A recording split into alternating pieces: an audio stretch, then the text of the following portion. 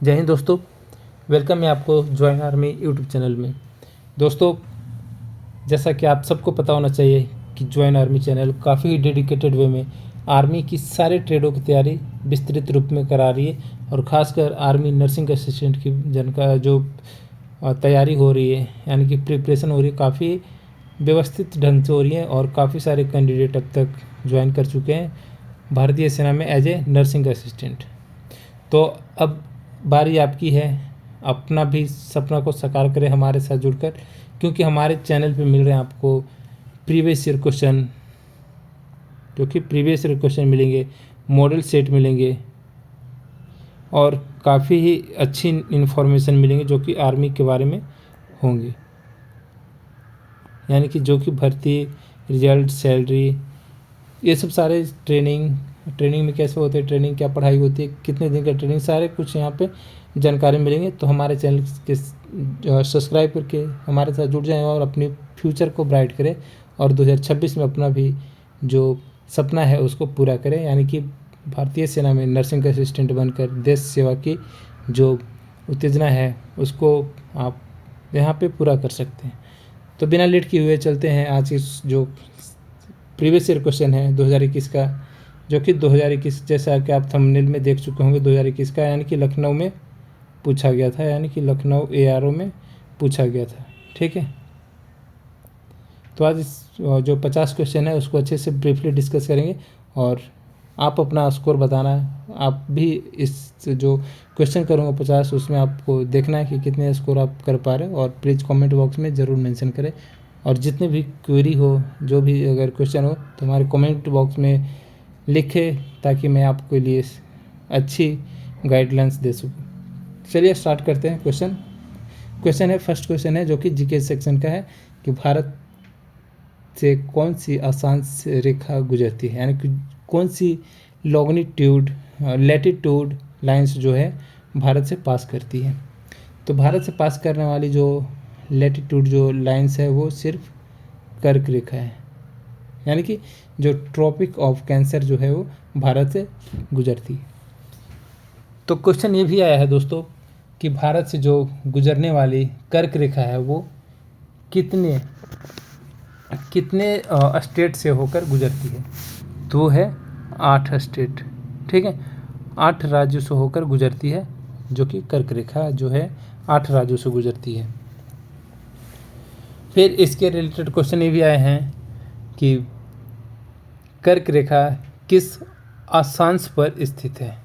तो स्थित है 23.5 डिग्री, ठीक है, नॉर्थ। ठीक है, ये है। तो कर्क रेखा इसी अक्षांश पर स्थित है, तो ये आप याद रखना। ओके, फिर इसी के रिलेटेड अगर क्वेश्चन और देखें तो क्वेश्चन ये हो सकता है कि कौन सा भारतीय शहर कर्क रेखा के निकट स्थित है। तो जिसमें ये क्वेश्चन पूछा गया था, जिसमें क्वेश्चन ऑप्शन था भोपाल, दिल्ली, श्रीनगर एंड कोची। तो इसका आंसर कौन सा होगा? भोपाल। भोपाल जो है वो कर्क रेखा से जो निकट स्थित शहर है। ओके, तो ये हो जाएगा आंसर। फिर देखेंगे अगला क्वेश्चन क्या है। भारतीय विज्ञान संस्थान यानी कि इंडियन इंस्टीट्यूट ऑफ साइंस कहाँ पे लोकेटेड है, यानी कि कहाँ पे स्थित है। तो ये स्थित है बेंगलुरु में। काफ़ी इजी क्वेश्चन आए हैं दोस्तों, तो आप भी अपने हॉप ना खोए और अच्छे से प्रैक्टिस करें हमारे साथ, ताकि आपको भी सपना साकार होगा 2026 में। ठीक है, तो क्वेश्चन क्या है कि भारतीय विज्ञान संस्थान कहाँ स्थित है। तो ये कहाँ पे स्थित है? यह है बेंगलोर में। तो ये हो जाएंगे आंसर से। फिर इसके रिलेटेड अगर क्वेश्चन देखें कि जो कि भारतीय सेना के एग्ज़ाम में पूछा गया है, तो है कि इंडियन इंस्टीट्यूट ऑफ साइंस यानी कि भारतीय विज्ञान संस्थान किस क्षेत्र से संबंधित है। तो ये है साइंस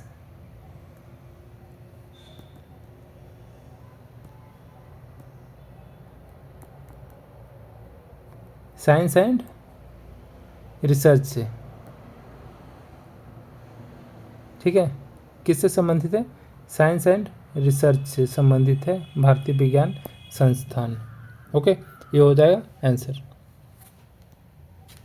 फिर क्वेश्चन ये है कि जो ISC जो है यानी कि IISc यानी कि भारतीय विज्ञान संस्थान यानी कि इंडियन इंस्टीट्यूट ऑफ साइंस, तो ये किस राज्य में स्थित है?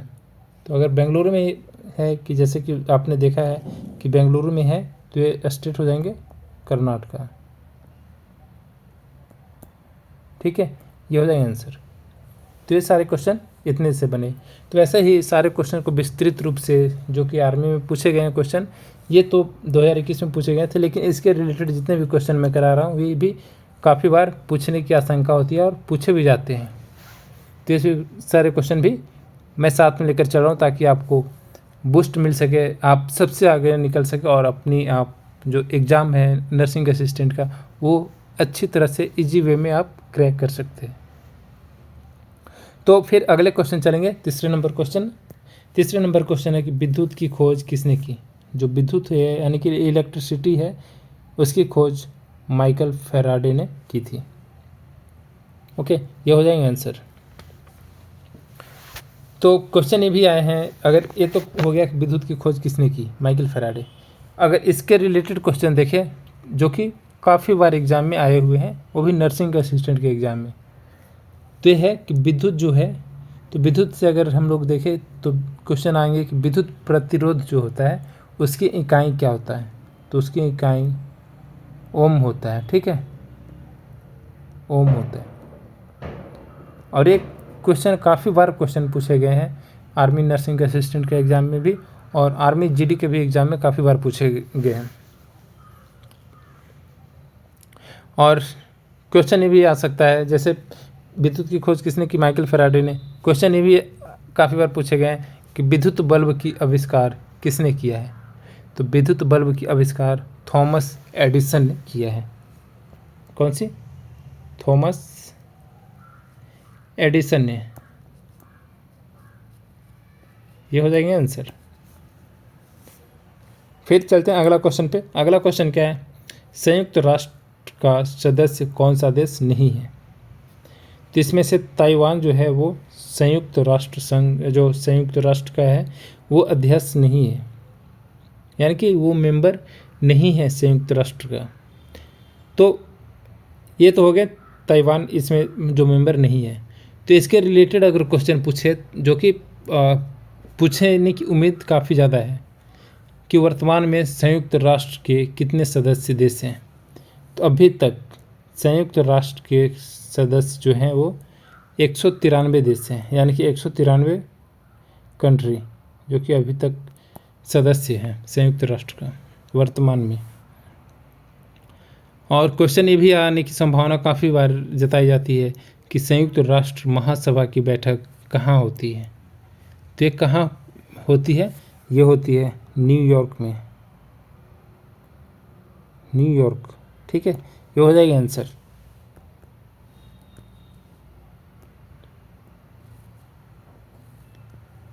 फिर चलते हैं अगले क्वेश्चन पे। अगला क्वेश्चन क्या है? अगला क्वेश्चन है किस देश का लिखित संविधान नहीं है? तो जो यूनाइटेड किंगडम इंग्लैंड, ठीक है, यूनाइटेड किंगडम इंग्लैंड जो है उसका रिटेन कॉन्स्टिट्यूशन नहीं है, यानी कि लिखित संविधान इसका नहीं है। तो आंसर हो जाएंगे क्या? United kingdom. तो इसके रिलेटेड अगर क्वेश्चन देखें तो क्वेश्चन क्या हो सकते हैं कि जो यूनाइटेड किंगडम है तो उसकी संविधान किस पर आधारित है? तो वो आधारित है पार्लियामेंट्री लॉ एंड कॉन्वेंशंस पे। ठीक है, जो पार्लियामेंट्री लॉ होते हैं, यानी कि जो आप बता सकते हैं कि जो पार्लियामेंट्री लॉ होते हैं उसका पार्लियामेंट का अलग सी लॉ होते हैं और उसके कन्वेंशन पे जो इस पर डिपेंड होता है इसकी पूरी संविधान, यानी कि यूनाइटेड किंगडम इंग्लैंड का। ठीक है, तो हो जाएंगे आंसर। तो इसके रिलेटेड एक और क्वेश्चन देख सकते हैं कि किस देश का सबसे लंबा लिखित संविधान है? तो वो उसका होंगे कौन सा देश? आप उम्मीद कर सकते हैं कि किस देश का सबसे लंबा लिखित संविधान है, वो है इंडिया, यानी कि अपना प्यारा सा इंडिया है जिसका सबसे बड़ा लिखित संविधान है। ठीक है, तो यह है अपना प्यारा सा इंडिया। तो आप याद रखना कि सबसे बड़ा जो लिखित संविधान है वो इंडिया का है। फिर चलते हैं अगले क्वेश्चन की ओर। अगला क्वेश्चन क्या है? सौर मंडल का सबसे बड़ा ग्रह कौन सा है? तो सौर मंडल का सबसे बड़ा ग्रह है जो कि बृहस्पति है। बृहस्पति जो है वो सौर मंडल का सबसे बड़ा ग्रह है। और क्वेश्चन एक और काफ़ी बार पूछने की संभावना होती है कि कौन सा ग्रह गैस दानव कहलाता है। ये काफ़ी बार क्वेश्चन ऐसे लगता है कि अगले एग्जाम में पूछे जा सकते हैं, क्योंकि काफ़ी फेमस क्वेश्चन है कॉम्पिटिटिव एग्जाम का, कि कौन सा ग्रह गैस दानव कहलाता है। तो वह है बृहस्पति। ठीक है, बृहस्पति सबसे बड़ा ग्रह भी है और ये गैस दानव भी कहलाता है, और इसको इंग्लिश में क्या बोलते हैं? जुपिटर। तो आप इजीली याद कर सकते हैं। नेक्स्ट क्वेश्चन क्या हो सकते हैं? क्वेश्चन ये हो सकते हैं कि बृहस्पति के लगभग कितने उपग्रह हैं? तो बृहस्पति का यानी कि जुपिटर का लगभग 95 प्लस, यानी कि 95 से ज़्यादा इसके उपग्रह हैं। तो ये चीज़ें आप याद करना है। फिर अगला क्वेश्चन चलते हैं, और आप देख सकते हो काफ़ी इजी क्वेश्चन पूछे गए हैं 2021 का जो एग्ज़ाम है उसमें। तो क्वेश्चन क्या है नेक्स्ट, कि जालियांवाला बाग जो कि 13 अप्रैल 1919 में हुई थी। ठीक है, सबको याद होगा। जालियांवाला बाग में गोली चलाने का आदेश किसने दिया था? तो जालियांवाला बाग में गोली चलाने का आदेश जनरल डायर ने दिया था, और काफ़ी सारे बेरहमी से मारे गए थे। जो गन शॉट हुए वो तो अलग ही है, बाकी काफ़ी लोग अपनी जान गंवाए थे कुएं में कूदकर। तो ये हो जाएगा आंसर कि जनरल डायर ने जालियांवाला बाग 13 अप्रैल 1919 में जो हुई थी उसमें गोली चलाने का आदेश दिया था। तो इसके रिलेटेड अगर क्वेश्चन आ सकते हैं तो क्वेश्चन ये आएंगे कि जालियांवाला बाग हत्याकांड किस वर्ष हुआ था? तो हुआ था 13 अप्रैल 1919 ईस्वी में। ठीक है, 13 अप्रैल 1919 ईस्वी में जालियांवाला बाग हत्याकांड हुआ था। तो ये हो जाएंगे आंसर। अगला क्वेश्चन देखेंगे। अगला क्वेश्चन क्या है? एशियाई विकास बैंक यानी कि एशियाई डेवलपमेंट बैंक का मुख्यालय कहाँ है? तो इसका मुख्यालय कहाँ पे? ये है मनीला में, जो कि फिलीपींस में पड़ता है। ओके, ये है फिलीपींस में, जो कि मनीला में स्थित है एशियाई विकास बैंक का हेडक्वार्टर। तो अगर इसके रिलेटेड अगर बात करें कि और क्वेश्चन क्या है जो काफ़ी उम्मीद जताई जाती है इसके रिलेटेड और आने की संभावना है, तो क्वेश्चन क्या होंगे? एशियाई विकास बैंक की स्थापना कब हुई थी? तो एशियाई विकास बैंक की स्थापना 1966 में हुई थी, 1966 में। ओके, और इसके रिलेटेड क्वेश्चन और क्या आ सकते हैं कि एशियाई विकास बैंक मुख्य रूप से क्या प्रदान करता है? तो मुख्य रूप से ये bank financial assistant for development, यानी कि जो फाइनेंशियल हेल्प करता है विकास के लिए। ओके, क्योंकि इसका नाम ही है एशियाई विकास बैंक, यानी कि जो यानी कि एशिया कॉन्टिनेंट में जितने भी कंट्री में है, जो कॉन्टिनेंट में है जितनी कंट्री, वो सारे इस पर डिपेंड होते हैं। फिर चलते हैं अगला क्वेश्चन। अगला क्वेश्चन क्या है? गोल्डमैन पुरस्कार किस क्षेत्र में दिया जाता है? जो गोल्डमैन पुरस्कार है वो पर्यावरण के क्षेत्रों में दिया जाता है, यानी कि इन्वायरमेंट के क्षेत्र में दिया जाता है। तो ये हो जाएंगे आंसर।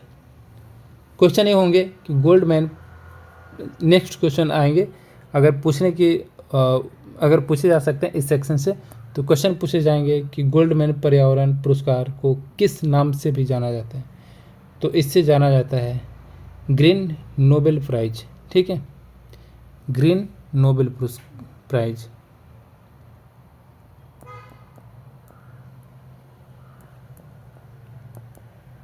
ठीक है, ये हो जाएंगे आंसर। जो कि गोल्डमैन पर्यावरण पुरस्कार को किस नाम से जाने जाते हैं, तो है आंसर ग्रीन नोबेल प्राइज। अगला क्वेश्चन देखेंगे। अगला क्वेश्चन क्या है, गोल्डमैन पर्यावरण पुरस्कार की शुरुआत किस देश में हुई। तो जो गोल्डमैन पर्यावरण पुरस्कार है वो यूएसए से स्टार्ट हुआ, ठीक है, यानी कि यूएसए में स्टार्ट हुआ है, यानी कि शुरुआत हुआ है, ठीक है, ये हो जाएंगे आंसर। फिर अगला क्वेश्चन देखते हैं। अगला क्वेश्चन क्या है, संयुक्त राष्ट्र दिवस कब मनाया जाता है। संयुक्त राष्ट्र यानी कि यूनाइटेड नेशन डे कब सेलिब्रेट किया जाता है। तो इसका आंसर क्या होगा, इसका आंसर होगा भाइयों, आप सबको पता है कि इसका आंसर 24 अक्टूबर, ठीक है, 24 अक्टूबर को संयुक्त राष्ट्र दिवस मनाया जाता है। और इसी के रिलेटेड अगर क्वेश्चन देखें तो क्वेश्चन ये आ सकते हैं कि संयुक्त राष्ट्र चार्टर कब लागू हुआ था। जो संयुक्त राष्ट्र का चार्टर है वो कब लागू हुआ था, तो वो लागू हुआ था 24 अक्टूबर 1945 को, ठीक है, 24 अक्टूबर 1945 को संयुक्त राष्ट्र चार्टर लागू हुआ था। इसके रिलेटेड और क्या क्वेश्चन आ सकते हैं, क्वेश्चन ये हो सकते हैं कि संयुक्त राष्ट्र की आधिकारिक भाषाएं कितनी हैं। तो संयुक्त राष्ट्र की आधिकारिक भाषाएं 6 हैं, ठीक है, 6 हैं टोटल आधिकारिक भाषाएं, जिसमें ये इस जो कि इसमें इसकी जो भी ऑफिशियल काम होती है तितनी ही लैंग्वेज में होती है। अगला क्वेश्चन देखते हैं। अगला क्वेश्चन है मैथ का, जो कि आप सबको पता है कि आर्मी नर्सिंग असिस्टेंट में 10 क्वेश्चन जनरल नॉलेज का होते हैं और 5 क्वेश्चन मैथ का होते हैं। तो मैथ का देखेंगे 11 to 15 क्वेश्चन नंबर। तो क्वेश्चन क्या है, क्वेश्चन इसको मैं हाईलाइट कर देता हूँ ताकि आप अच्छे से देख पाओगे। क्वेश्चन क्या है, एक वृत्त, इसको थोड़ी सी ब्रॉड करता हूँ, हाँ, एक वृत्त का व्यास एक वर्ग की परिमाप के बराबर है तथा वर्ग का क्षेत्रफल 3136 सेंटीमीटर स्क्वायर है, तो वृत्त की परिधि ज्ञात करें। ठीक है, ये हो जाएंगे क्वेश्चन। तो इसका इजी वे में देखेंगे तो आप सबको पता है कि मैंने पहले भी बताया हूँ कि जब मैथ का सेक्शन करता हूँ कि जितने भी मैथ है प्लीज़ जितने भी फार्मूला है वो आप रट्टा मार लो, काफ़ी काम आएंगे। ठीक है, तो इसका आंसर देखेंगे, इसका आंसर कैसे होगा। तो बता दूँ आप सबको, पहले मैं ब्लैंक पेज लेता हूँ। ठीक है, आप देख लो पहले ये क्वेश्चन कि एक वृत्त का व्यास, नहीं तो फिर इसी में एडजस्ट करता हूँ, अगर हो जाए तो सही है। स्क्रीन को थोड़ी सी छोटा करता हूँ।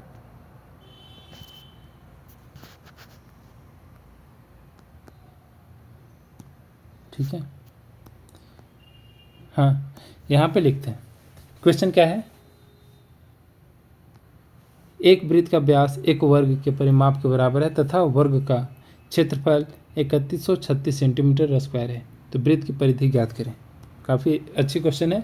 तो इसके लिए हम लोग पहले व्यास का देखेंगे। ठीक है, इसमें क्वेश्चन के अकॉर्डिंग देखें कि एक जो वृत्त का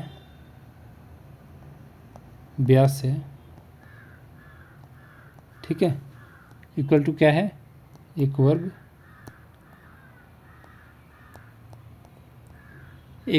के परिमाप के बराबर है। ठीक है,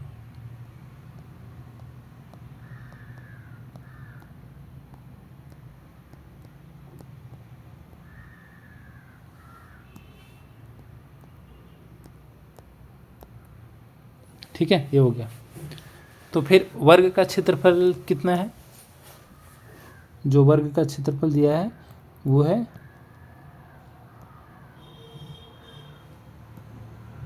वर्ग का क्षेत्रफल लिख देता हूँ। ठीक है, ताकि आप कंफ्यूज ना हो। वर्ग का क्षेत्रफल 3136 सेंटीमीटर स्क्वायर। ठीक है, ये हो गया।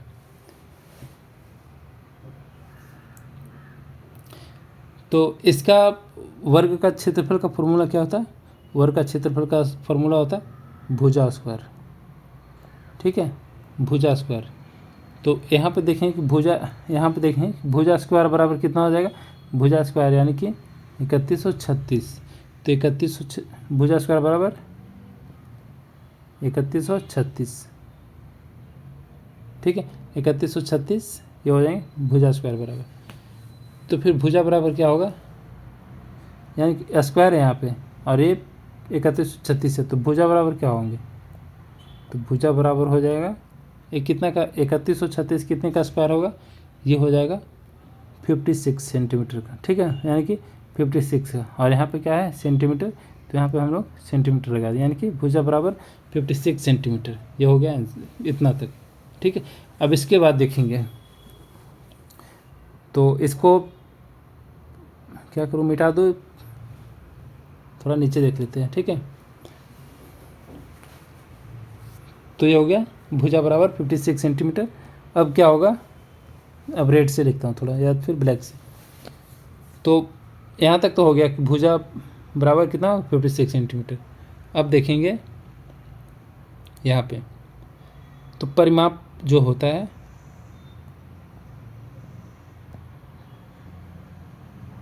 परिमाप बराबर क्या होगा? 4 इंटू भुजा, ठीक है, 4 इंटू भुजा,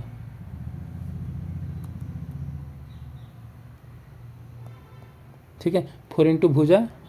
और फिर यानी कि 4 इंटू भुजा, भुजा कितना है? यानी कि ये तो बोल सकता है कि 4 इंटू भुजा है, तो 4 इंटू भुजा कितना है? 56 सेंटीमीटर, ठीक है, 56 सेंटीमीटर। तो ये कितना आ जाएंगे टोटल? टोटल आ जाएंगे 224 सेंटीमीटर, ओके, 224 सेंटीमीटर ये आ गए परिमाप। फिर अब देखेंगे अकॉर्डिंग टू क्वेश्चन, यानी कि क्वेश्चन के अनुसार, क्वेश्चन के अनुसार क्या हो गया?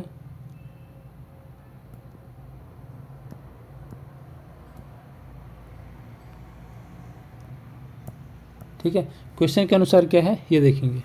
क्वेश्चन के अनुसार है कि वृत्त का व्यास इक्वल टू, वृत्त का व्यास इक्वल टू क्या है? वर्ग का परिमाप,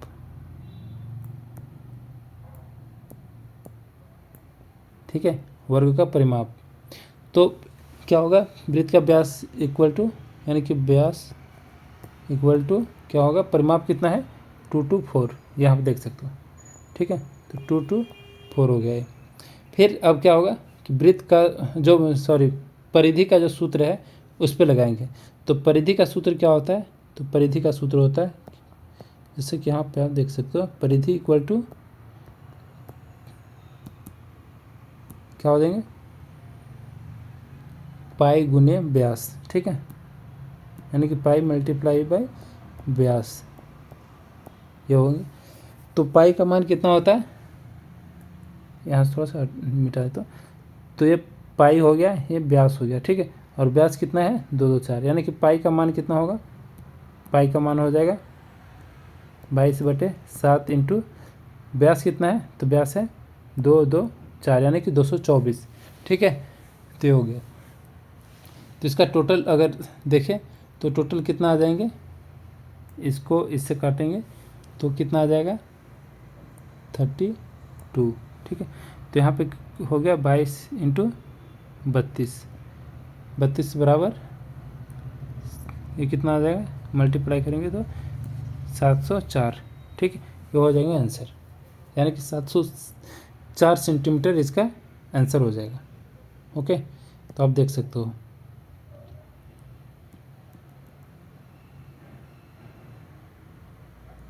इसको मिटा देता हूँ ना, फिर क्वेश्चन पे आते हैं।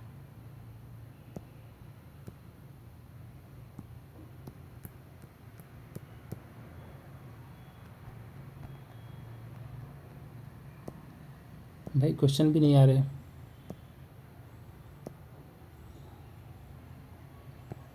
क्वेश्चन आ गया। तो इसका क्या था आंसर? 704 सेंटीमीटर, ठीक है, ये हो जाएंगे आंसर। तो ऐसे ही आपको बनाना है, काफ़ी इजी मैथ था, बस आपको थोड़ी सी फार्मूला पता होना चाहिए बाकी सारे मैथ को। ठीक है, फिर चलते हैं अगले क्वेश्चन पे।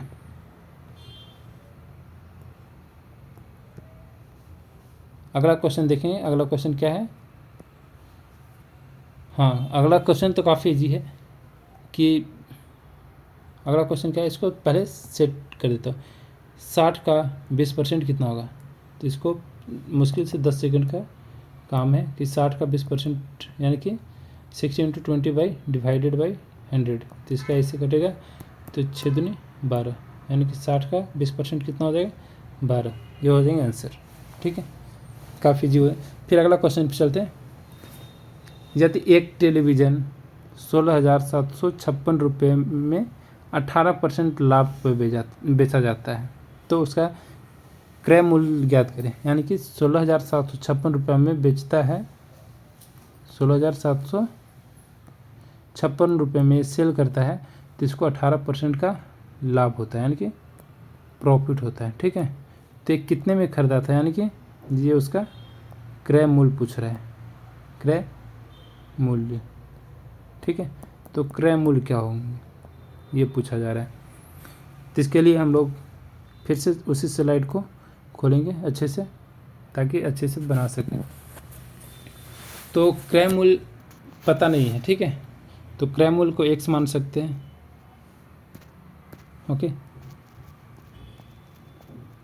क्रय मूल्य को x मान सकते हैं क्योंकि हमें पता नहीं है। ठीक है, तो क्रय मूल्य हो गया x। फिर क्रय मूल्य x हो गया, और प्रॉफिट कितना है, प्रॉफिट कमा रहा है 18%। ठीक है, 18% कमा रहा है। तो विक्रय मूल्य क्वेश्चन क्या था, थोड़ी सी देख लेते हैं। तो उसका क्या पूछ रहा है, क्रय मूल्य ज्ञात करें। ठीक है, क्रय मूल्य हम लोग को जानना है कि वो खरीदा कितने में था। तो क्रय मूल्य x मान लिए। फिर इसमें देखेंगे विक्रय मूल्य जो होता है, यानी कि सेलिंग प्राइस का सूत्र है। सेलिंग प्राइस का एक सूत्र है, यानी कि विक्रय मूल्य का।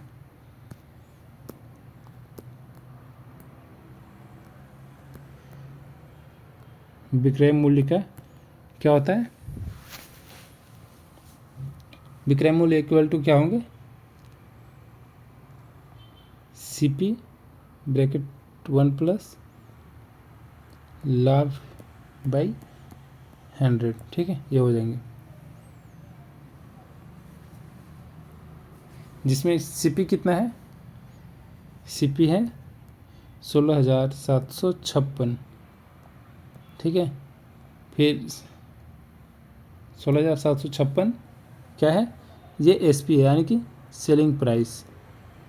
ठीक है, यानी कि सेलिंग प्राइस आप जान सकते हो, जितने में वो सेल किया था, जिसमें 18% कमाया था, तो ये होगा सेलिंग प्राइस। और हमें क्या निकालना है, CP निकालना है। ठीक है, तो CP हमें पता नहीं है, तो क्या उसको माने थे हम लोग x, यानी कि क्रय मूल्य को क्या माने थे x, जैसा कि यहाँ देख सकते हो x। ठीक है, तो हो गया x। फिर ब्रैकेट क्या हो जाएगा, 1 प्लस 18/100। 18 कहाँ से आया, क्योंकि 18% वो लाभ कमाया है। फिर आगे देखेंगे, आगे क्या है, हाँ, फिर 17 यहाँ पे सेम वैसे ही आएंगे। इसको कैलकुलेशन करता हूँ, तो 16,756 इक्वल टू x बराबर x इंटू 18/100। ठीक है, तो इसका अगर फाइनल कंक्लूजन निकालेंगे तो x बराबर 16,756 इंटू 100 डिवाइडेड बाई 108। ठीक है, फिर यहाँ पे हो जाए x बराबर अगर देखेंगे फिर से, तो 16,756 इंटू 100/118। ठीक है, अब आगे देखेंगे। जहाँ पे डाउट हो तो प्लीज़ एक बार ज़रूर बताना कि डाउट कहाँ पे हो रहे हैं, या कैलकुलेशन अगर गलत हो तो। फिर क्या होगा, x बराबर 16,756 और ये 100 मल्टीप्लाई किए, तो यहाँ पे 2 जीरो आएंगे। ठीक है, ये 2 जीरो आ गए, डिवाइडेड बाई 118। ओके, तो इक्वल टू कितना हो जाएगा, इक्वल टू हो जाएगा 14,000 14,200 ये हो जाएंगे आंसर। ठीक है, 14,200 रुपये इसका क्रय मूल्य, सॉरी यानी कि जो क्रय मूल्य था। ठीक है, जो क्रय मूल्य था वो 14,200 रुपये है, यानी कि ये आंसर हो जाएंगे। इसको बाकी सबको मिटा देता हूँ।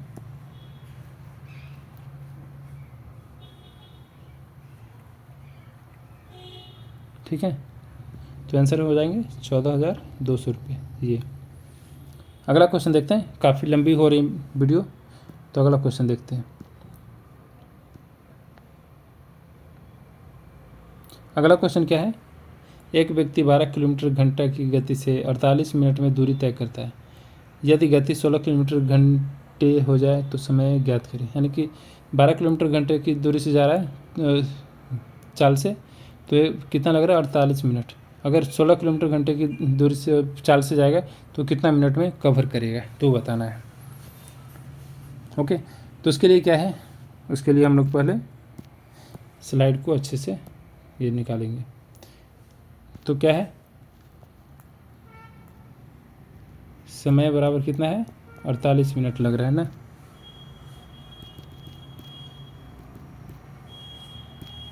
समय कितना लग रहा है 48 मिनट।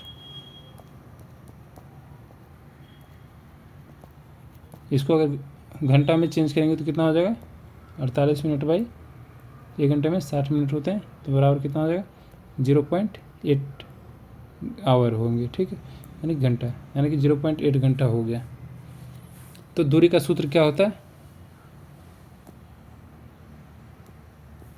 दूरी का सूत्र होता है, दूरी बराबर होगा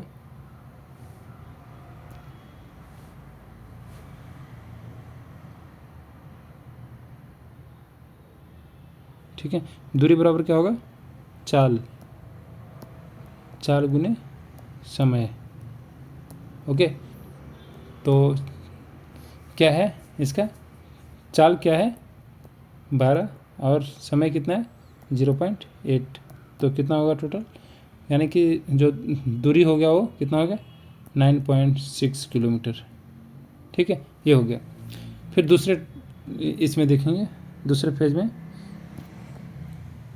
नेक्स्ट देखेंगे, नेक्स्ट क्या है, फिर जो नई नीति है वो, यानी कि नई नीति में चलेंगे, यानी जो चाहिए हमें, तो 16 किलोमीटर पर आवर से चल रहा है वो, तो टाइम कितना लगेंगे, तो उसमें समय निकालेंगे कि समय बराबर क्या हो जाएगा दूरी बटा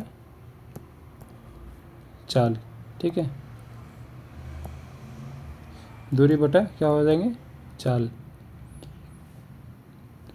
तो दूरी कितना है 9.6 और चाल क्या है 16, यानी जो कि गति होंगे 16, तो टाइम कितने लगेंगे 0.6 आवर। ओके, तो 0.6 आवर को घंटा में अगर सॉरी मिनट में अगर कन्वर्ट करेंगे तो क्या करेंगे 60, यानी कि 60 सेकंड 60 मिनट में कितना होता है 1 घंटा, तो 60 से गुना करेंगे तो कितना आ जाएगा 36 मिनट। ठीक है, 36 मिनट आ जाएंगे, जो कि आंसर है अपना। ठीक है, ये हो जाएंगे आंसर। ठीक है, यानी कि आंसर क्या होगा 36 मिनट। तो ये हो गए। फिर ऐसे ही सारे इजी क्वेश्चन है, अगले क्वेश्चन देखेंगे।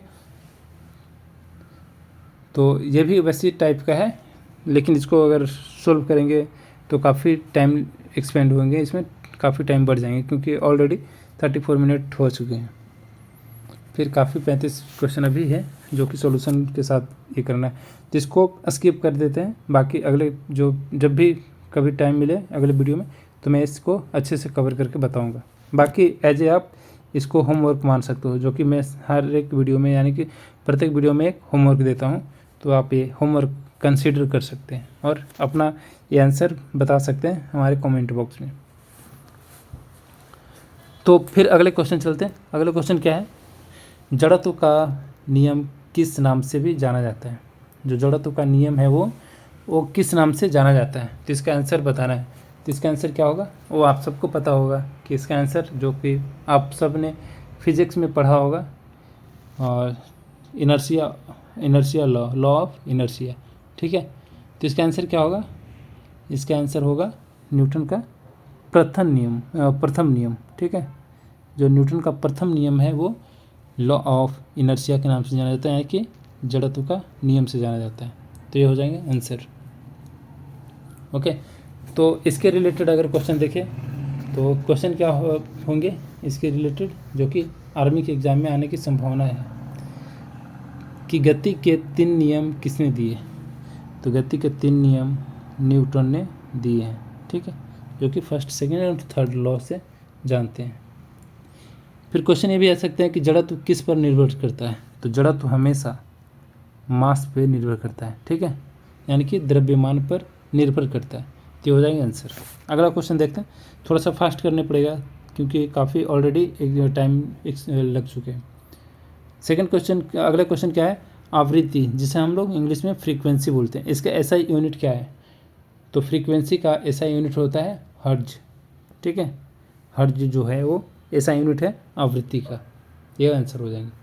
तो इसके रिलेटेड अगर क्वेश्चन ना आए तो क्वेश्चन क्या हो सकते हैं कि आवृत्ति प्रति सेकंड कंपन की संख्या कितनी होती है, मतलब जो आवृत्ति प्रति सेकंड कंपन की संख्या कितनी होती है, तो वो होती है सेकंड, ठीक है, यानी कि जो समय की सबसे इकाई है, छोटी इकाई, वो सेकंड है।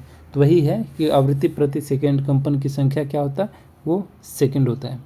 और दूसरे क्वेश्चन अगर पूछा जा सकता है तो ये वो क्वेश्चन क्या हो सकता है कि आवर्तकाल किसका व्युत्क्रम होता है। तो आवर्तकाल जो है होता है वो हमेशा फ्रीक्वेंसी का व्युत्क्रम होता है, ठीक है, फ्रीक्वेंसी का हमेशा व्युत्क्रम होता है। अगला क्वेश्चन देखेंगे, अगला क्वेश्चन क्या है, समुद्र तल से ऊंचाई मापने वाले यंत्र को क्या कहते हैं। जो समुद्र तल से ऊंचाई मापते हैं उस यंत्र को क्या कहते हैं। तो यंत्र का बताना है, तो यंत्र है अल्टीमीटर, ठीक है। अल्टीमीटर है जो है वो समुद्र तल से ऊंचाई मापने में हेल्प करता है। तो इसके रिलेटेड क्वेश्चन क्या आ सकते हैं, अल्टीमीटर किसके मापने के सिद्धांत पर कार्य करता है। तो वो एटमॉस्फेरिक प्रेशर को मापने में, जो मापते हैं एटमॉस्फेरिक प्रेशर, उसी के सिद्धांत पे ये काम करता है अल्टीमीटर।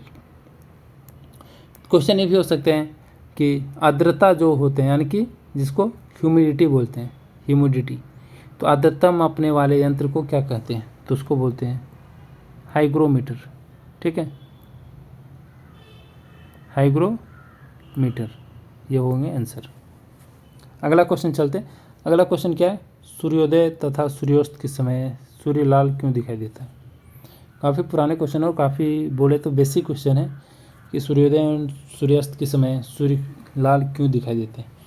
तो इसका आंसर क्या हो जाएगा, ये आप सबको पता होना चाहिए कि जो प्रकाश का प्रकीर्णन होता है, जिसको स्कैटरिंग ऑफ लाइट बोलते हैं, ठीक है, प्रकाश का प्रकीर्णन जिसको हम लोग स्कैटरिंग ऑफ लाइट कहते हैं। तो इसी के कारण, प्रकाश के प्रकीर्णन के कारण ही सूर्योदय और सूर्यास्त के समय सूर्य लाल दिखाई देता है। ये हो जाएंगे आंसर। तो इसके रिलेटेड क्वेश्चन क्या आ सकते हैं कि आकाश का नीला रंग किस कारण होता है। ये काफ़ी बार जीडी में क्वेश्चन पूछे गए हैं कि आकाश का नीला रंग किस कारण होता है। तो वो भी स्कैटरिंग ऑफ लाइट, यानी कि प्रकाश के प्रकीर्णन के कारण होता है। क्वेश्चन ये भी पूछे जा सकते हैं कि वायुमंडल में कौन सा रंग सबसे अधिक प्रकीर्णित होते हैं। तो वो होंगे ब्लू, ठीक है, क्या होंगे वो होंगे ब्लू, जैसा कि मार्कर का कलर है, ठीक है, जो कि पेन का कलर है। तो ब्लू जो कलर है वो वायुमंडल में, क्वेश्चन ये आ सकते हैं कि वायुमंडल में कौन सा रंग सबसे अधिक प्रकीर्णित होता है। तो वो है ब्लू, ये हो जाएंगे आंसर। अगला क्वेश्चन देखते हैं। अगला क्वेश्चन है, अणुओं के वास्तविक संचलन द्वारा ऊष्मा का स्थानांतरण कहलाता है। जो अणुओं के वास्तविक संचलन द्वारा ऊष्मा का स्थानांतरण क्या कहलाता है, वो बताना है। तो उसका आंसर क्या होगा, उसका आंसर होगा संवहन, ठीक है, क्या बोलते हैं उसको, संवहन, ओके। जो अणुओं के वास्तविक संचलन द्वारा ऊष्मा का स्थानांतरण कहलाता है वो संवहन कहलाता है। तो इसके रिलेटेड अगर क्वेश्चन देखें तो क्वेश्चन क्या हो सकता है कि संवहन जो होते हैं वो मुख्यतः कहाँ होता है, तो लिक्विड और गैस में होता है।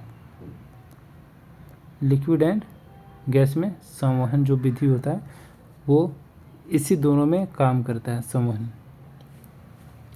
सेकंड क्वेश्चन ये हो सकता है कि स्थलीय समीर जो होते हैं वो कब चलती है, तो जो स्थलीय समीर का मतलब क्या होता है, लैंड ब्रिज, तो हमेशा वो नाइट में चलता है, ठीक है। स्थलीय जो समीर होते हैं यानी कि लैंड ब्रिज वो हमेशा नाइट में चलती है। अगला क्वेश्चन देखते हैं। अगला क्वेश्चन क्या है, नई प्रजातियों के निर्माण में कौन से कारक शामिल होते हैं। जो नई प्रजातियाँ होती हैं यानी कि न्यू स्पीसीज जो होते हैं उसके निर्माण में कौन से फैक्टर शामिल होते हैं यानी कि इन्वॉल्व होते हैं, तो वो बताना है। तो उसके आंसर क्या होंगे, उसके आंसर हो जाएंगे जो कि प्रजनन है, ठीक है। जो प्रजनन, पृथक्करण और आनुवंशिक विचलन होता है वो न्यू प्रजातियों के निर्माण में शामिल होते हैं। ओके, ये हो जाएंगे आंसर। तो इसके रिलेटेड अगर क्वेश्चन आए तो क्या पूछे जा सकते हैं, क्वेश्चन ये हो सकते हैं कि न्यू प्रजाति की उत्पत्ति का क्या कहते हैं। जो न्यू प्रजाति जो जिसकी उत्पत्ति होता है उसको क्या कहते हैं, तो उसको स्पेसिएशन बोलते हैं, ठीक है, स्पेसिएशन बोलते हैं। ये हो गया आंसर।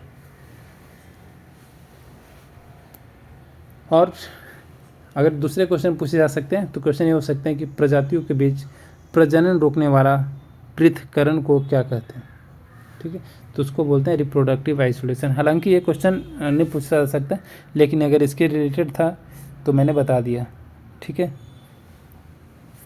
अगला क्वेश्चन देखते हैं। अगला क्वेश्चन क्या है, नाभिकीय कोशिका विज्ञान का अध्ययन क्या कहलाता है। जो नाभिकीय कोशिका अध्ययन होता है यानी कि न्यूक्लियर साइटोलॉजी जो होता है उसका स्टडी को क्या कहते हैं, तो उसका स्टडी को बोलते हैं साइटोजेनेटिक्स, ठीक है। साइटोजेनेटिक्स जो है वो कोशिका आनुवंशिक को स्टडी को बोलते हैं, जो कि नाभिकीय कोशिका विज्ञान का एक अध्ययन होता है, उसको हम लोग बोलते हैं साइटोजेनेटिक्स। तो इसके रिलेटेड क्वेश्चन क्या आ सकते हैं, इसके रिलेटेड क्वेश्चन आ सकते हैं कि गुणसूत्रों को अध्ययन को क्या कहते हैं, तो गुणसूत्र के अध्ययन को कहते हैं कैरियोलॉजी, कैरियोलॉजी, ठीक है। कैरियोलॉजी बोलते हैं गुणसूत्रों के अध्ययन के जो स्टडी होता है उसको।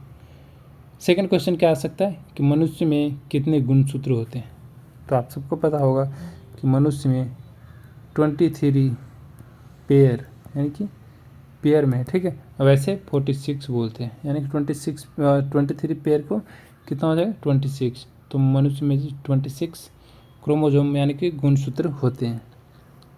अगला क्वेश्चन देखते हैं, जीवों को 5 जगत वर्गीकरण किसने प्रस्तुत किया, तो इसका आंसर क्या होगा, इसका आंसर हो जाएगा R.H.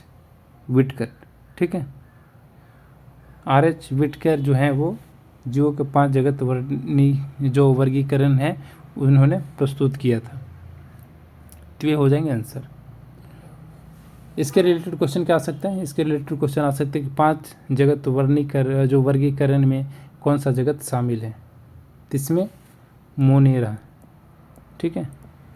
मोनेरा जो है वो इसमें 5 जगत वर्गीकरण में मोनेरा जो है वो शामिल है, ठीक है।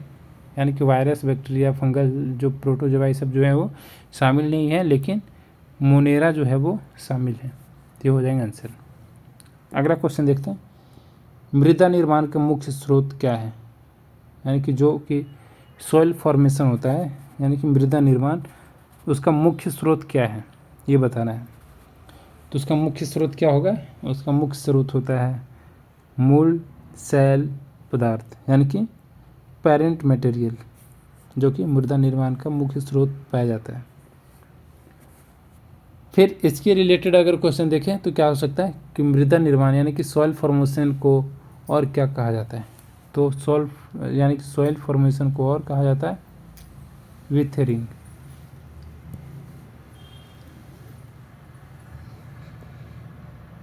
ठीक है, विथरिंग कहा जाता है। ये हो गया आंसर।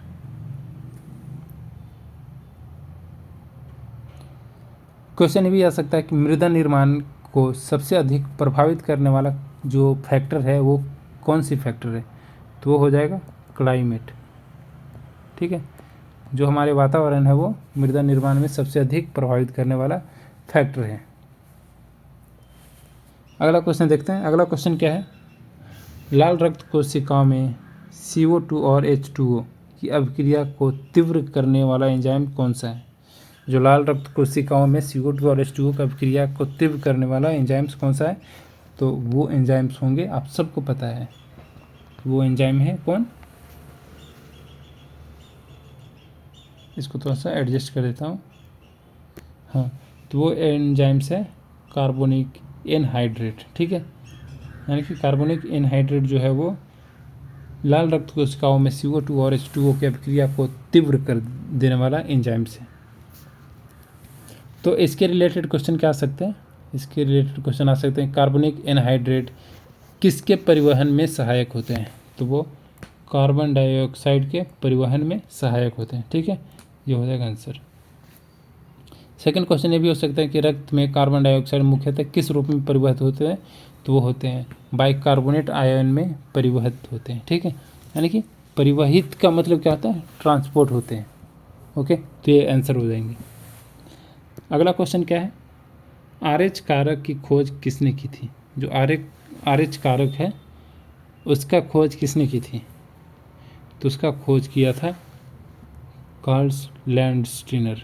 ये क्वेश्चन GD के भी क्वेश्चन में पूछा गया था, 2024 के क्वेश्चन जो कि आया हुआ था शिफ्ट 1 में। ठीक है, 23 अप्रैल को ये क्वेश्चन आया हुआ था शिफ्ट 1 में। तो RH कारक की खोज किसने की थी, वो की थी लैंडस्टीनर ने। यह हो गया आंसर। अगला क्वेश्चन इसी के रिलेटेड अगर देखें तो क्वेश्चन क्या हो सकता है कि RH कारक किसकी सतह पर पाया जाता है, तो RBC जो होते हैं यानी कि जो रेड ब्लड सेल होते हैं उसकी सतह पे RH कारक पाए जाते हैं। ओके, तो इसी के रिलेटेड अगर क्वेश्चन है कि यदि किसी व्यक्ति में RH कारक नहीं होता है तो उसका रक्त समूह क्या कहलाएगा, तो उसका रक्त समूह RH निगेटिव कहा जाएगा। ठीक है, RH निगेटिव। RH निगेटिव का मतलब क्या है, जैसे कि किसी को O पॉजिटिव है, ब्लड ग्रुप का मैं बात कर रहा हूँ, O निगेटिव है, AB पॉजिटिव है, AB निगेटिव है, तो ये जो है ना ये सारे कारक हैं यानी कि RH है। ठीक है, ये सब RH है। तो पूछ रहा है कि अगर किसी व्यक्ति में RH कारक नहीं होता है तो वो उसका रक्त समूह क्या कहलाएगा, तो उसका रक्त समूह निगेटिव कहलाएगा। यानी कि जितने ब्लड ग्रुप हैं AB minus, AB negative, O negative, ये सब B निगेटिव, तो ये सब क्या है RH निगेटिव वाले ग्रुप हैं। अगला क्वेश्चन चलते हैं। अगला क्वेश्चन क्या है, अगला क्वेश्चन ये है कि कंकालीय पेशियों की मूल विशेषता क्या है। जो कंकालीय पेशियाँ होता है उसका मूल विशेषता क्या है। ओके, तो उसका आंसर क्या होगा, इसका आंसर होगा धारीदार संरचना। जो धारीदार संरचना है वो कंकालीय पेशियों की मुख्य विशेषता है। ठीक है, ये हो जाएगा आंसर। इसके रिलेटेड क्वेश्चन क्या आ सकते हैं कि कंकालीय पेशियों किस नाम से भी जानी जाती है, तो उसको जानते हैं वॉलेंट्री मसल्स। ठीक है, वॉलेंट्री मसल्स के नाम से जाना जाता है कंकालीय पेशियों को। ठीक है, ये हो जाएगा आंसर। क्वेश्चन ये भी आ सकता है कि हृदय पेशियों कहाँ पाई जाती है। जो हृदय पेशियाँ होता है यानी कि कार्डियक जो मसल्स होता है वो कहाँ पाया जाता है, तो वो पाया जाता है हार्ट में। यानी कि जो हमारी हार्ट होता है उसमें कार्डियक मसल्स पाए जाते हैं। अगला क्वेश्चन क्या है, मानव में जीरोफ्लैथलीमिया किसकी कमी से होता है। जो मानव में जीरोफ्लैथलीमिया होता है वो किसकी कमी से होता है, ये बताना है। तो ये आंसर क्या होंगे, आंसर हो जाएगा विटामिन ए की कमी से जीरोफ्लैथीमिया होते हैं। एक और रोग होती है जो कि बार बार क्वेश्चन पूछा जाता है, जो कि नाइट ब्लाइंडनेस होता है। ठीक है, नाइट ब्लाइंडनेस, जिसे हम लोग हिंदी में रतौंधी बोलते हैं। ये काफ़ी बार क्वेश्चन पूछे गए। तो ये भी विटामिन ए की कमी से ही होता है। ठीक है, और विटामिन सी की कमी से स्कर्वी होते हैं, विटामिन डी की कमी से रतौंधी, सॉरी क्या बोलते हैं इसको, रिकेट्स बोलते हैं, और विटामिन के की कमी से हमारे हीमोफीलिया होते हैं, जो कि ब्लड का जो गिरना होते हैं, यानी कि क्लॉट फॉर्मेशन डिसऑर्डर ये हो जाते हैं, डिसकंटिन्यू हो जाते हैं, यानी कि बोल सकते हैं कि ख़राब हो जाते हैं, जो कि ब्लड क्लोटिंग सिस्टम होता है। तो वो भी विटामिन के की कमी से होता है। अगला क्वेश्चन देखते हैं। इक्थियोलॉजी प्राणी विज्ञान की वह शाखा जो किसका विकास, सॉरी क्वेश्चन क्या है, इक्थियोलॉजी प्राणी विज्ञान की वह शाखा है जो किसका अध्ययन करती है, यानी कि जो इक्थियोलॉजी प्राणी विज्ञान है वो किसका अध्ययन करता है, ये बताना है। तो आंसर क्या होगा, इसका आंसर हो जाएगा मछलियों का। जो मछलियों का जो है, यानी कि जिसका अध्ययन करते हैं मछलियों का, उस ब्रांच को क्या बोलते हैं, इक्थियोलॉजी प्राणी विज्ञान। ओके, ये हो जाएगा आंसर। तो इसके रिलेटेड क्वेश्चन देखें तो क्या आ सकते हैं कि कीटों के अध्ययन को क्या कहते हैं। तो कीटों के अध्ययन को बोलते हैं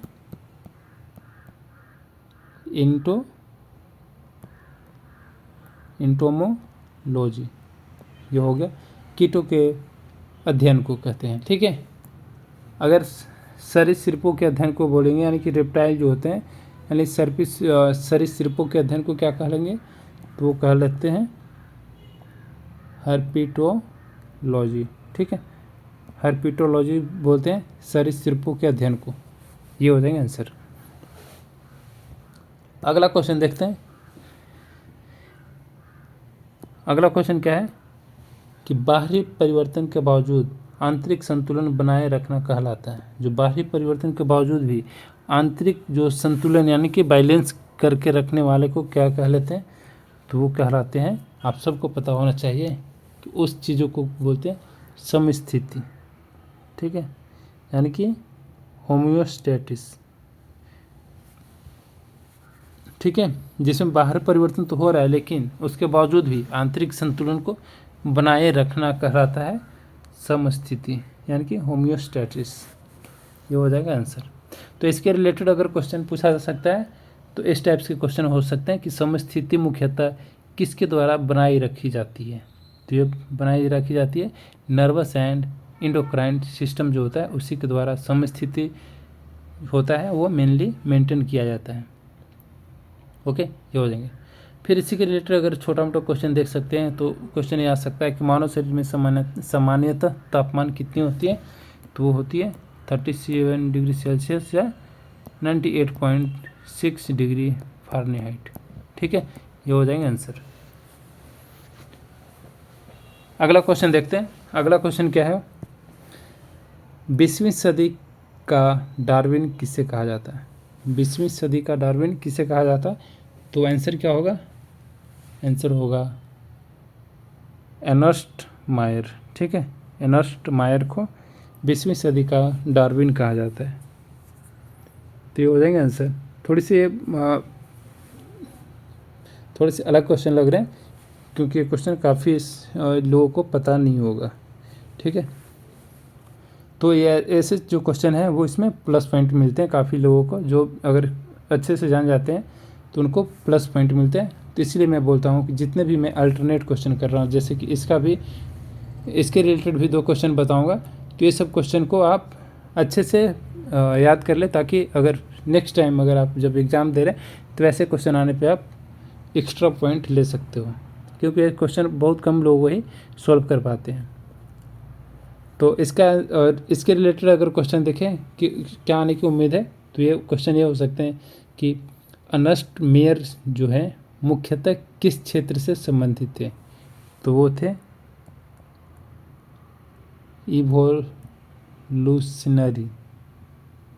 इवोल्यूशनरी बायोलॉजी। ठीक है, इवोल्यूशनरी बायोलॉजी। ठीक है, ये हो जाएगा आंसर। तो ये सारी चीज़ें काफ़ी प्लस पॉइंट देने वाली है। फिर क्वेश्चन ये आ सकते हैं कि चार्ल्स डार्विन किस पुस्तक के लिए प्रसिद्ध है? तो वो प्रसिद्ध है origin of species. Origin of species जो बुक है उसके लिए चार्ल्स डार्विन प्रसिद्ध है। अगला क्वेश्चन देखते हैं, आयोडीन युक्त नमक मनुष्य के लिए क्यों उपयोगी है? आयोडीन युक्त यानी कि आयोडनाइज्ड साल्ट मनुष्य के लिए क्यों उपयोगी है, ये बताना है। तो इसका आंसर क्या होगा? इसका आंसर होगा कि ये पाचन को सुधारता है, रोग प्रतिरोधक क्षमता को बढ़ाता है, और जो थायराइड ग्रंथि का नियंत्रित करता है। यानी कि उपरोक्त सभी ये तीनों ऑप्शन सही है। ठीक है, ये तीनों ऑप्शन सही है। ओके, तो आयोडीन युक्त नमक मनुष्य के लिए इसीलिए उपयोगी है क्योंकि यह पाचन को सुधारता है, रोग प्रतिरोधक क्षमता को बढ़ाता है और थायराइड ग्रंथि को नियंत्रित करता है। ये सारी चीज़ें करता है। तो इसके रिलेटेड क्वेश्चन क्या आ सकता है कि आयोडीन की कमी मुख्यतः किस ग्रंथि को प्रभावित करता है? तो आंसर क्या होगा? थायराइड जो होते हैं उसी ग्रंथि को ये प्रभावित करेगा। ठीक है, थायराइड ग्रंथि को प्रभावित करेगा। क्वेश्चन ये आ सकते हैं कि थायराइड ग्रंथि कहाँ स्थित होता है? तो जो नेक होते हैं यानी कि हमारी गर्दन होता है वहाँ पे थायराइड ग्रंथि प्रेजेंट होता है। ये हो जाएगा आंसर। अगला क्वेश्चन है, मछली उत्पादक प्रबंधन को क्या कहा जाता है? जो मछली का उत्पादन यानी प्रोडक्शन को मैनेजमेंट करता है उसे क्या कहा जाता है? तो ये बताना है। तो इसका आंसर क्या होगा? इसका आंसर आप सबको पता होगा क्योंकि ये काफ़ी पहले ही पढ़ना था कि जो पीसी कल्चर होता है उसमें मत्स्य पालन मछली उत्पादन प्रबंधों को कहा जाता है। यानी कि मछली पालन जो होते हैं उस डिपार्टमेंट को पीसी कल्चर कहते हैं। तो इसके रिलेटेड और क्या क्वेश्चन उम्मीद करते हैं जो कि आने वाले एग्जाम में पूछने की संभावना काफ़ी ज़्यादा होता है? तो क्वेश्चन ये है कि सेरीकल्चर किससे संबंधित है? तो ये क्वेश्चन तो आए हुए हैं कि सेरीकल्चर किससे संबंधित है? तो वो सिल्क प्रोडक्शन से संबंधित है। सिल्क प्रोडक्शन, ठीक है, सिल्क प्रोडक्शन से संबंधित है सेरीकल्चर। और एपीकल्चर का मीनिंग किससे? एपीकल्चर किससे संबंधित है? तो वो मधुमक्खी पालन से, यानी कि बी कीपिंग। ठीक है, बी कीपिंग से संबंधित है एपीकल्चर। ओके, यानी कि मधुमक्खी पालन से। अगला क्वेश्चन देखते हैं। अगला क्वेश्चन क्या है? वंशानुक्रम और परिवर्तनशीलता के अध्ययन को क्या कहा जाता है? ठीक है, वंशानुक्रम और परिवर्तनशीलता के अध्ययन को क्या कहते हैं? तो ये बताना है आप सबको। तो इसका आंसर क्या होगा? इसका आंसर हो जाएगा आनुवांशिकी। यानी जो वंशानुक्रम और परिवर्तनशीलता के अध्ययन को कहा जाता है आनुवांशिकी, यानी कि जेनेटिक्स। ओके, ये हो जाएंगे आंसर। तो इसके रिलेटेड क्वेश्चन क्या आ सकते हैं? इसके रिलेटेड क्वेश्चन ये आ सकते हैं कि वंशानुक्रम की इकाई क्या है? तो वो है जीन। ठीक है, जीन जो है वो वंशानुक्रम की इकाई है। और डीएनए का फुल फॉर्म क्या होता है? ये तो मैंने काफ़ी बार बता चुका हूँ, और डीएनए का फुल फॉर्म भी काफ़ी बार पूछे गए हैं। तो डीएनए का फुल फॉर्म होता है डीऑक्सी राइबो न्यूक्लिक एसिड। ठीक है, ये हो गया आंसर इसका। अगला क्वेश्चन देखते हैं, कौन सा कोशिकांग कोशिका का पावर हाउस कहा जाता है? ठीक है, तो कौन सा कोशिकांग है? वो है माइटोकॉन्ड्रिया। माइटोकॉन्ड्रिया जो है वो कोशिका का पावर हाउस कहा जाता है। ठीक है, ये काफ़ी फेमस क्वेश्चन है जो कि सारे एग्जाम में पूछे जाते हैं कि कोशिका का पावर हाउस किसे कहा जाता है, चाहे वो ट्रेड्समैन हो, जीडी हो, क्लर्क हो, एसकेटी हो, या फिर वेटनरी हो, या फार्मा हो। ये सारे क्वेश्चन यानी कि एवरग्रीन क्वेश्चन है, हमेशा आता है और सारे क्वेश्चन में आते हैं। तो इसी के रिलेटेड अगर क्वेश्चन देख ले तो अच्छी चीज़ है। आपके लिए प्लस पॉइंट हो जाएगा, क्योंकि ये सारे क्वेश्चन कभी मिस नहीं होते। तो क्वेश्चन क्या आ सकते हैं इससे के रिलेटेड, एटीपी के निर्माण कहाँ होता है? तो एटीपी के निर्माण कहाँ पे होता है? वो होता है माइटोकॉन्ड्रिया में। ठीक है, ये चीज़ें आप याद रखना। सेकंड क्वेश्चन ये याद रखना कि राइबोसोम जो होता है किसके लिए उत्तरदायी होता है? तो जो राइबोसोम होता है वो प्रोटीन का सिंथेसिस के लिए उत्तरदायी होता है। प्रोटीन का जो सिंथेसिस होता है कि पाचन होता है, जो प्रोटीन का सिंथेसिस होता है यानी कि पाचन होता है, उसके लिए राइबोसोम उत्तरदायी है, यानी कि रिस्पॉन्सिबल है। ओके, अगला क्वेश्चन है कि निम्नलिखित में से किसका उपयोग स्नेहक यानी कि लुब्रिकेंट के रूप में किया जाता है? ठीक है, निम्नलिखित में से किसका उपयोग स्नेहक यानी कि लुब्रिकेंट के रूप में किया जाता है? इनमें से कौन सी चीज़ है जो कि लुब्रिकेंट के रूप में किया जाता है? उसका आंसर क्या होगा?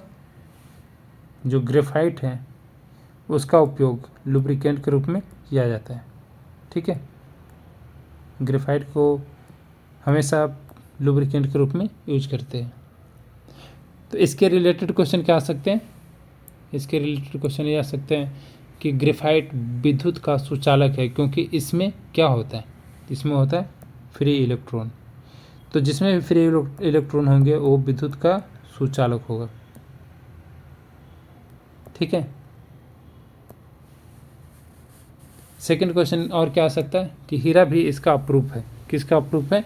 तो कार्बन का अप्रूप है। ठीक है, ये सब तो बेसिक क्वेश्चन है। अगला क्वेश्चन देखते हैं। हाँ, इसमें से कौन सा एक लौह अयस्क है? तो ये बताना है। तो इसका आंसर क्या होगा? जो हेमेटाइट है, हेमेटाइट एक लोहा का अयस्क है। ठीक है, यानी कि लौह अयस्क है। ये हो जाएगा आंसर। तो इसी के रिलेटेड और क्या क्वेश्चन आ सकते हैं? इसके रिलेटेड क्वेश्चन ये आ सकते हैं कि हेमेटाइट का रासायनिक सूत्र क्या होता है? तो हेमेटाइट का रासायनिक सूत्र Fe2O3 होता है। ठीक है, ये होता है हेमेटाइट का रासायनिक सूत्र। मैग्नेटाइट किसका अयस्क है? तो मैग्नेटाइट आयरन का अयस्क है। ठीक है, ये भी क्वेश्चन पूछा गया है कि मैग्नेटाइट किसका अयस्क है? तो ये आयरन का अयस्क है। तो वैसे ही क्वेश्चन काफ़ी सारे क्वेश्चन मैं बता रहा हूँ ताकि आपके लिए काफ़ी हेल्प मिले। क्वेश्चन क्या है? ड्राई क्लीनिंग यानी कि बिना पानी के धुलाई में किस रासायनिक का उपयोग किया जाता है? तो बताना है, यानी जो ड्राई क्लीनिंग होता है उसमें कौन सी रसायन का यूज किया जाता है? तो बताना है। तो इसका आंसर क्या होगा? ये होता है टेट्राक्लोरोएथीन। ठीक है, जो टेट्राक्लोरोएथीन होता है उसका उपयोग किया जाता है ड्राई क्लीनिंग में। ठीक है, ये हो जाएगा आंसर। तो इसके रिलेटेड और क्या क्वेश्चन बन सकते हैं? इसके रिलेटेड क्वेश्चन आ सकते हैं कि ड्राई क्लीनिंग मुख्यतः किसके लिए की जाती है? वो की जाती है वुलन एंड डेलिकेट फैब्रिक्स के लिए। ठीक है, और सेकंड क्वेश्चन ये है कि टेट्राक्लोरोएथीन किस प्रकार का यौगिक है? तो ऑर्गेनिक, यानी कि जो ऑर्गेनिक सॉल्वेंट होते हैं, जो ऑर्गेनिक सॉल्वेंट होते हैं उस टाइप का ये सॉल्वेंट है। ठीक है, अगला क्वेश्चन देखते हैं। अगला क्वेश्चन क्या है? चुंबक बनाने के लिए कौन सी मिश्र धातु उपयोग की जाती है? ठीक है, चुंबक बनाने के लिए कौन सी मिश्र धातु उपयोग की जाती है? तो उसका आंसर क्या होगा? उसका आंसर हो जाएगा एलिनको। ठीक है, जो एलिनको होता है उसका उपयोग किया जाता है चुंबक को बनाने में। तो इसके रिलेटेड अगर क्वेश्चन देखें तो क्या आ सकते हैं कि एलिनको मिश्र धातु में मुख्यतः क्या होते हैं? तो उसमें होते हैं एल्युमिनियम। ठीक है, एल्युमिनियम होते हैं, निकेल होते हैं। ठीक है, कोबाल्ट होते हैं। तो ये सारे जो धातु है वो एलिनको में मिश्र धातु के रूप में किया जाता है। अगला क्वेश्चन देखते हैं, लेकिन इसके पहले इसके पहले एक और क्वेश्चन देख ले इसके रिलेटेड, जो कि ये है कि विद्युत चुंबक किससे बनाए जाते हैं। तो विद्युत चुंबक जो होता है वो सॉफ्ट आयरन जो होता है उससे बनाया जाता है। ठीक है, सॉफ्ट आयरन जो होता है आयरन, उससे विद्युत चुंबक बनाई जाती है। अगला क्वेश्चन देखते हैं, कणों की व्यवस्था में क्रम के आधार पर ठोसों का वर्गीकरण कैसे किया जाता है। जो कणों की व्यवस्था है तो उसमें क्रम के आधार पर ठोसों का वर्गीकरण कैसे किया जाता है, तो ये बताना है। तो इसका आंसर क्या होगा, इसका आंसर हो जाएगा जो अष्टफिकीय या अमोफर्स, यानी जो अष्टफिकीय और अमोफर्स है उसके द्वारा कणों के व्यवस्था के क्रम के आधार पर ठोसों का वर्गीकरण किया जाता है। ठीक है, ये हो जाएगा आंसर।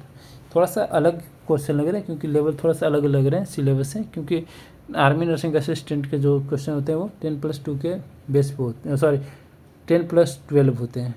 ठीक है, 10+2 यानी कि 10 से लेकर 12 तक का इसमें स्टैंडर्ड होते हैं, जो कि क्वेश्चन का स्टैंडर्ड होते हैं, तो थोड़ी सी अलग लग रहे हैं। तो ये हो गया आंसर। तो इसके रिलेटेड अगर क्वेश्चन देख सकते हैं, लेकिन हालांकि उम्मीद तो नहीं है, लेकिन क्वेश्चन ये हो सकता है कि कांच किसका उदाहरण है।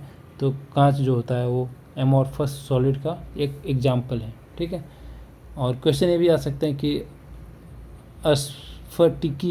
अस्फटिकीय जो होता है ये वो ठोस में कैसा होता है। तो ठोस में होता है डेफिनाइट जो मेल्टिंग पॉइंट होता है, तो अस्फटिकीय ठोस में वैसा ही होता है। ठीक है, हालांकि क्वेश्चन आने की संभावना काफ़ी कम है, लेकिन फिर भी आप जान लो क्योंकि क्वेश्चन पूछा गया है तो उम्मीद तो हो सकती है। अगला क्वेश्चन क्या है, कौन सा निष्क्रिय गैस वायुमंडल में उपलब्ध नहीं है। काफ़ी अच्छी क्वेश्चन है, आम जीवन में भी ये काफ़ी अच्छी क्वेश्चन मतलब हो सकता है कि कौन सी निष्क्रिय गैस, यानी कि कौन सा नोबेल गैस जो है वो वायुमंडल में उपलब्ध नहीं है, तो वो बताना है। तो कौन सा होगा, वो होगा रेडॉन। ठीक है, जो रेडॉन है वो वायुमंडल में नहीं पाया जाता है और ये एक नोबेल गैस यानी कि निष्क्रिय गैस है। तो इसके रिलेटेड क्वेश्चन क्या आ सकते हैं, इसके रिलेटेड क्वेश्चन ये आ सकते हैं कि रेडॉन किसके अपक्षय से बनता है। तो वो होगा यूरेनियम, यूरेनियम के अपक्षय से रेडॉन बनता है। ठीक है, सेकंड क्वेश्चन ये पूछा जा सकता है कि सबसे हल्की निष्क्रिय गैस कौन सी है। तो वो है हीलियम, जो सबसे हल्की गैस होता है और ये गुब्बारों में भी भरा जाता है। ठीक है, गुब्बारा में भी ये भरा जाता है हीलियम, क्योंकि ये सबसे हल्की नोबेल गैस है। अगला क्वेश्चन देखते हैं। अगला क्वेश्चन क्या है, रसायनों का राजा किसे कहा जाता है। काफ़ी अच्छी क्वेश्चन है, काफ़ी रिपीटेड क्वेश्चन है, काफ़ी बार रिपीट हो चुकी है। ठीक है, काफ़ी बार रिपीटेड क्वेश्चन है। और रसायनों का राजा यानी कि अम्लों का राजा भी बोलते हैं इसको, सल्फ्यूरिक अम्लों को। ठीक है, यानी जिसके फार्मूला क्या होता है H2SO4। ओके, H2SO4 जिसकी फार्मूला होती है। तो इसके रिलेटेड क्वेश्चन क्या आ सकता है कि जो सल्फ्यूरिक अम्ल का रासायनिक सूत्र क्या है। तो वो जो कि मैंने बता दिया हूँ, लेकिन क्लियरली बता देता हूँ, H2SO4, क्योंकि यहाँ पे क्लियर नहीं था। ये हो गया आंसर। अगला क्वेश्चन देखते हैं, वह तंत्र जिसमें पदार्थ और ऊर्जा का बाहरी वातावरण से कोई आदान प्रदान नहीं होता है, वो क्या कहलाता है। यानी कि जो वह तंत्र है जिसमें पदार्थों का ऊर्जा का बाहरी वातावरण से कोई आदान प्रदान नहीं होता है, वो क्या कहलाता है। तो वो कहलाता है पृथक तंत्र। ठीक है, यानी कि आइसोलेटेड सिस्टम, ये हो जाएगा आंसर। इसके रिलेटेड अगर क्वेश्चन क्या आ सकते हैं कि खुले तंत्र में आदान प्रदान होता है, वो क्या कहलाता है, वो कहलाता है मैटर या फिर एनर्जी। ठीक है, मैटर और एनर्जी दोनों कहलाता है खुले तंत्र में आदान प्रदान को।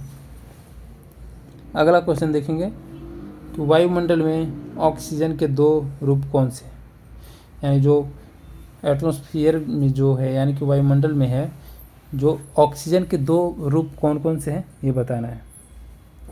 तो इसमें ऑक्सीजन के दो रूप कौन कौन से हैं, ये हो जाएंगे आंसर ऑक्सीजन एंड ओजोन। यानी कि ओजोन जो है, ओजोन क्या है O3, ठीक है, ऑक्सीजन क्या है O2। तो जो ऑक्सीजन और ओजोन वायुमंडल में दोनों ऑक्सीजन के दो रूप हैं, ठीक है, तो ये हो जाएगा आंसर। तो इसके रिलेटेड क्वेश्चन क्या आ सकते हैं कि ओजोन परत वायुमंडल के किस परत में पाई जाती है।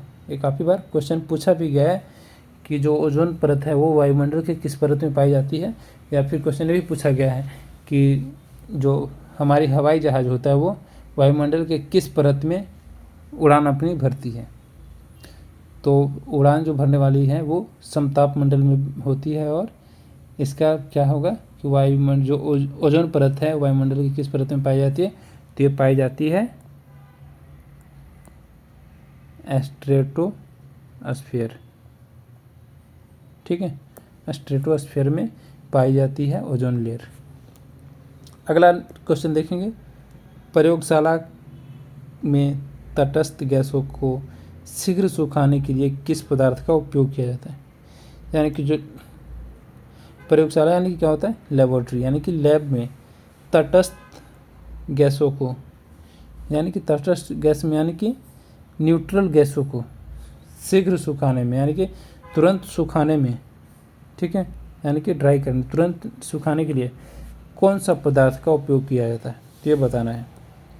तो आंसर क्या होंगे, तो इसके आंसर हो जाएंगे सिलिका जेल। जो सिलिका जेल है वो प्रयोगशाला में यानी कि लैब में जो न्यूट्रल गैस होते हैं उसको तुरंत सुखाने के लिए उपयोग किया जाता है, वो है सिलिका जेल। अगला क्वेश्चन देखेंगे, लेकिन इसके पहले इसके रिलेटेड क्वेश्चन देख लेते हैं कि इसके रिलेटेड क्वेश्चन क्या आ सकते हैं। तो उस क्वेश्चन ये हो सकते हैं कि सिलिका जेल का मुख्य उपयोग क्या है।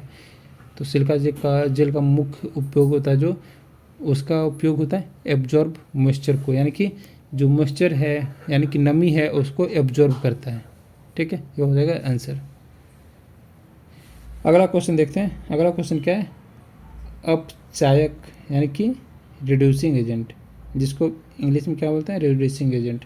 तो अपचायक को और किस नाम से जाना जाता है। तो अपचायक को और किस नाम से जाना जाता है, उसको रिडक्टेंट बोलते हैं। क्या, रिडक्टेंट, ठीक है, ये हो जाएगा आंसर। तो फिर इसी के रिलेटेड और क्या क्वेश्चन एग्जाम में पूछे जाने की संभावना है। क्वेश्चन ये है कि अपचायक क्या करता है। तो अपचायक क्या करता है, वो रिडक्शन एंड अनदर सब्सटेंस, ये इसका आंसर होगा। या फिर क्वेश्चन ये भी आ सकता है कि इलेक्ट्रॉनों की प्राप्ति क्या कहलाती है, तो कहलाती है रिडक्टेंट, यानी कि रिडक्टेंट नहीं बोल सकते हैं उसको, रिडक्शन बोल सकते हैं, ठीक है, रिडक्शन बोल सकते हैं, ये हो जाएगा आंसर। अगला क्वेश्चन देखेंगे। अगला क्वेश्चन क्या है, किस सिद्धांत के कारण पानी में तैरना संभव होता है। जो पानी में तैरना संभव होता है वो कौन से प्रिंसिपल इस पे अप्लाई करेंगे। तो आंसर क्या हो जाएंगे, इसका आंसर होंगे आर्किमिडीज का सिद्धांत, जो कि आर्किमिडीज का जो प्रिंसिपल है वो पानी में तैरना संभव करता है, ठीक है, ये हो जाएंगे आंसर। तो इसके रिलेटेड अगर क्वेश्चन क्या आ सकते हैं कि द्रव्य द्वारा डूबे हुए पिंड पर लगाया गया ऊपर की ओर बल क्या कहलाता है। तो कहलाता है ब्यूयांट, यानी कि जो ब्यूयांट फोर्स होते हैं उसको हम लोग क्या कहते हैं, द्रव द्वारा डूबे हुए पिंड पर लगाया गया ऊपर की ओर बल को कहलाता है ब्यूयांट फोर्स, ठीक है। और इसके रिलेटेड और क्या क्वेश्चन आ सकता है कि आर्किमिडीज किस देश के वैज्ञानिक थे। तो वो थे ग्रीस का, ठीक है, ग्रीस कंट्री के जो साइंटिस्ट थे उनका नाम आर्किमिडीज था, ठीक है, ये हो गया। अगला क्वेश्चन क्या है, घरेलू एलपीजी सिलेंडर में कौन सी गैस होती है। ठीक है, जो घरेलू एलपीजी सिलेंडर जो यूज करते हैं कुकिंग में, उसमें कौन सी गैस होती है, तो बताना है। तो वो कौन सी गैस होता है? इसमें क्या होता है, एलपीजी का फुल फॉर्म क्या होता है? लिक्विड पेट्रोलियम गैस, ठीक है। और उसमें जो गैस भरी होती है वो कौन सी होती है? वो होता है ब्यूटेन और प्रोपेन का मिक्सचर होता है, ठीक है। ब्यूटेन एंड प्रोपेन का मिक्सचर होता है जो कि एलपीजी सिलेंडर में यूज होता है। तो इसके रिलेटेड अगर क्वेश्चन पूछा जा सकता है तो क्या होते हैं कि एलपीजी का जो फुल फॉर्म होता है वो क्या होगा? तो लिक्विड पेट्रोलियम गैस हो जाएगा। और सेकंड क्वेश्चन ये होगा कि एलपीजी में गंध किसके मिलाने से आती है? तो होगा इथाइल मर्सेप्टेंस जो होता है वो, उसके मिलाने से एलपीजी में गंध आती है, ठीक है। ये हो जाएगा आंसर। अगला क्वेश्चन क्या है? ऑक्सीकरण की परिभाषा क्या है? जो ऑक्सीडेशन का है, तो ऑक्सीडेशन का परिभाषा क्या होगा? तो ऑक्सीडेशन का परिभाषा हो जाएगा गेन ऑफ ऑक्सीजन। मैंने पहले ही बताया था कि ऑक्सीडेशन और रिडक्शन जो होता है तो ये दो चीज़ें होती है। तो ऑक्सीडेशन का मतलब क्या होता है कि ऑक्सीजन की जो ऑक्सीडेशन का मतलब ही होता है प्राप्ति, ठीक है। तो ऑक्सीडेशन यानी कि ऑक्सीडेशन, ठीक है।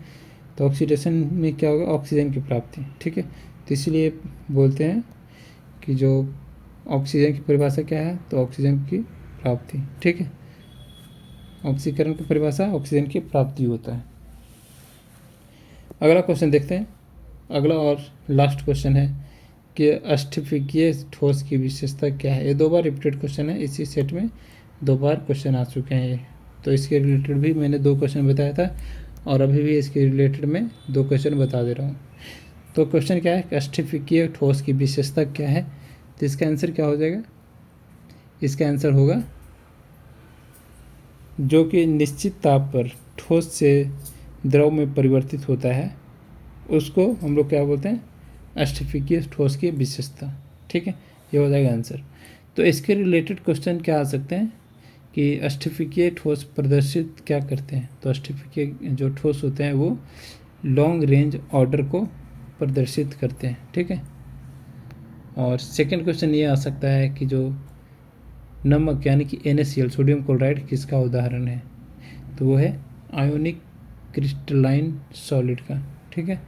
जो आयोनिक क्रिस्टलाइन सॉलिड का एग्जाम्पल क्या है? नमक, या जिसे हम लोग NaCl बोलते हैं। तो ये आज के 50 क्वेश्चन हो गए जो कि आर्मी NA का प्रीवियस ईयर क्वेश्चन यानी कि 2021 का क्वेश्चन है जो कि लखनऊ ARO में पूछा गया था। तो काफ़ी थोड़े मॉडरेट क्वेश्चन है, इजी भी नहीं बोल सकते, कुछ क्वेश्चन इजी भी है, कुछ क्वेश्चन थोड़ी सी आउट ऑफ सिलेबस लग रहा है। तो बाकी ऑल ओवर सही था। तो आई होप आप सबको उम्मीद आया होगा। और ये सॉल्यूशन जो है वो काफ़ी तगड़ी सॉल्यूशन होती है, यानी कि जो मैं सॉल्यूशन देता है यानी कि जो हल देता हूँ तो काफ़ी अच्छी तरह से हल देता हूँ ताकि आपको अच्छे से समझ आए और उसके रिलेटेड जो क्वेश्चन करता हूँ आपके लिए प्लस पॉइंट हो। तो आज के लिए इतना ही, फिर मिलेंगे कल की वीडियो में। आज के लिए जय हिंद जय भारत। लेकिन जाने से पहले एक रिक्वेस्ट करूँगा कि जो भी भाई हमारे चैनल से नए जुड़े हैं तो प्लीज़ चैनल को सब्सक्राइब करके अपनी फ्यूचर ब्राइट करें और 2026 की टारगेट लेकर चल ले, यानी कि 2026 नहीं बोल सकते, लास्ट वैकेंसी को टारगेट लेकर चले कि इस वैकेंसी में हमारी सिलेक्शन हो जाएगी। और दावा करता है कि ज्वाइन आर्मी के साथ जुड़ने पे, हमारे सारे सेट को क्वेश्चन अच्छे से पढ़ने पे आपकी सिलेक्शन 100% मानी जाएगी। तो फिर चलते मिलेंगे अगले वीडियो में। आज के लिए जय हिंद जय भारत।